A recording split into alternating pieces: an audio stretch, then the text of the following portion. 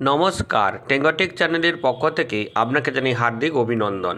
আজকে আলোচনা করব 5টি বিষয় নিয়ে, যার মধ্যে প্রথমটি হলো ফিক্সড ডিপোজিট থেকে লোন নেওয়া যায়, আপনি কি এই সুবিধা পাবেন জেনে নিন। দ্বিতীয়ত, মহিলা সম্মান সেভিংস সার্টিফিকেট, সুদের ওপর টিডিএস কাটবে না সরকার, মহিলাদের জন্য বড় প্রকল্প ঘোষণা কেন্দ্রের। তৃতীয়ত, ব্যাংক সখী, যা থেকে মহিলারা প্রতি মাসে 40,000 টাকারও বেশি আয় করতে পারবেন। চতুর্থত, নতুন পাসপোর্ট বানানো নিয়মে পরিবর্তন। পঞ্চম তথা শেষ, আর ইচ্ছে মতো সোনা কেনা যাবে না।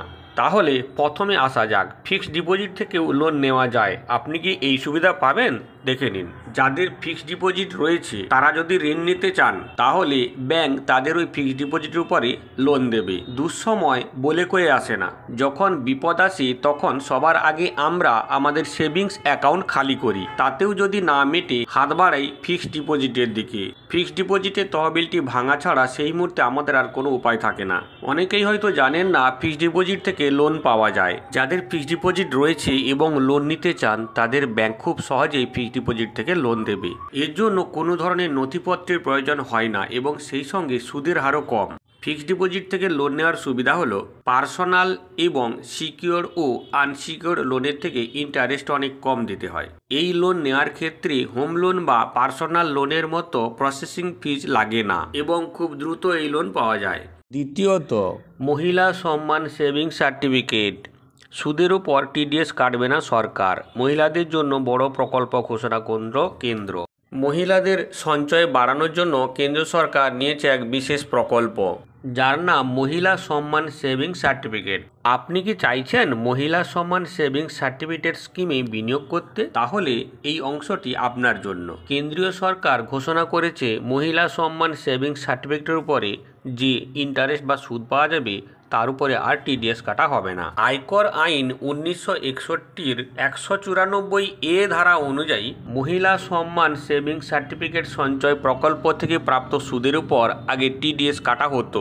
বর্তমানে আয়কর বিভাগ একটি নোটিশের মাধ্যমে জানিয়েছে মহিলা সম্মান সেভিংস সার্টিফিকেট স্কিম থেকে মহিলারা যে সুদ পাবেন সেই সুদের উপর আর টিডিএস কাটা হবে না। তবে সেই সঙ্গে বলে রাখি, এই সুদের পরিমাণ 40,000 টাকার কম হলে কোনো ধরনের টিডিএস কাটা হবে না।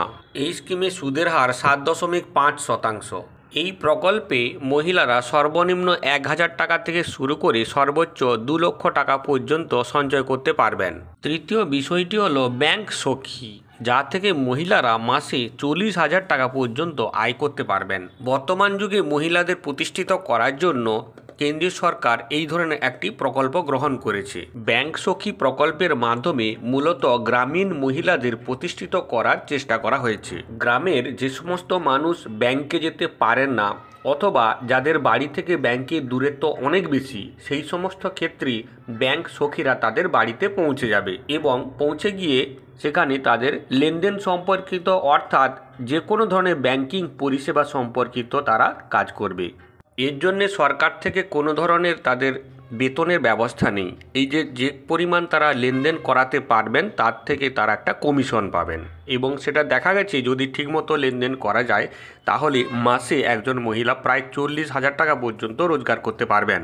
এর আওতায় প্রত্যেক ব্যাংক সখীকে 6 মাসের জন্য 4,000 টাকা করে সম্মানিত করা হয়। এছাড়া ল্যাপটপ কেনার জন্য 50,000 টাকা করে সরকার দিয়েছে।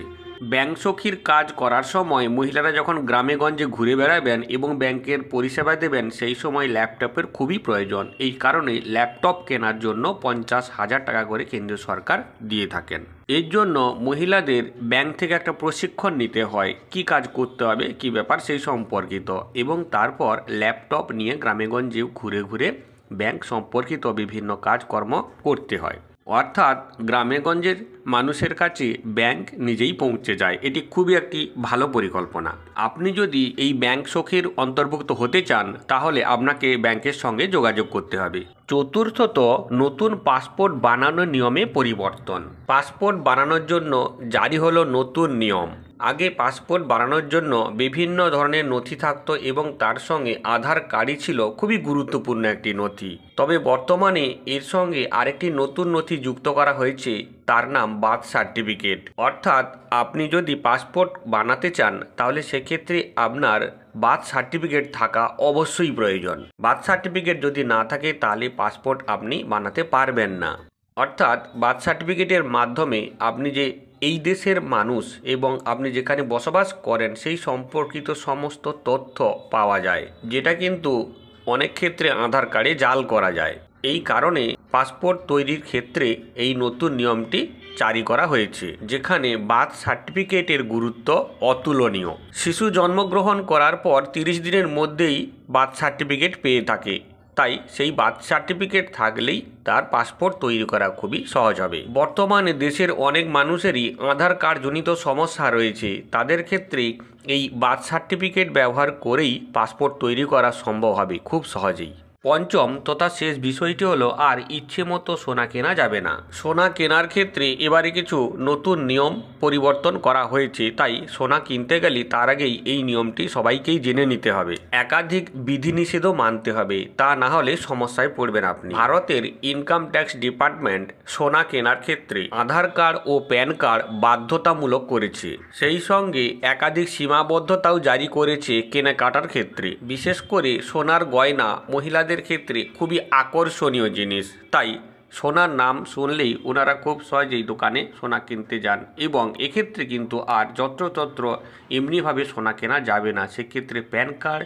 এবং আধার কার্ড অবশ্যই প্রয়োজন, তা না হলে পুলিশ ধরবে আপনাকে। তাহলে দেখে নেওয়া যাক আয়কর বিভাগ সোনা কেনার ক্ষেত্রে কি কি সীমাবদ্ধতা রেখেছে। Prevention of money laundering act 2002 অনুযায়ী এখন থেকে সরাসরি নগদ টাকা দিয়ে গয়না কিনতে হবে। কোনো ধরনের কার্ড বা অন্য কোনো উপায় অবলম্বন করা যাবে না। কেউ যদি নগদে 10 লক্ষ টাকা বা তার বেশি পরিমাণ টাকার দিয়ে গয়না কিনতে চান, সেক্ষেত্রে ওনাকে প্যান এবং আধার কার্ড দেখাতে হবে।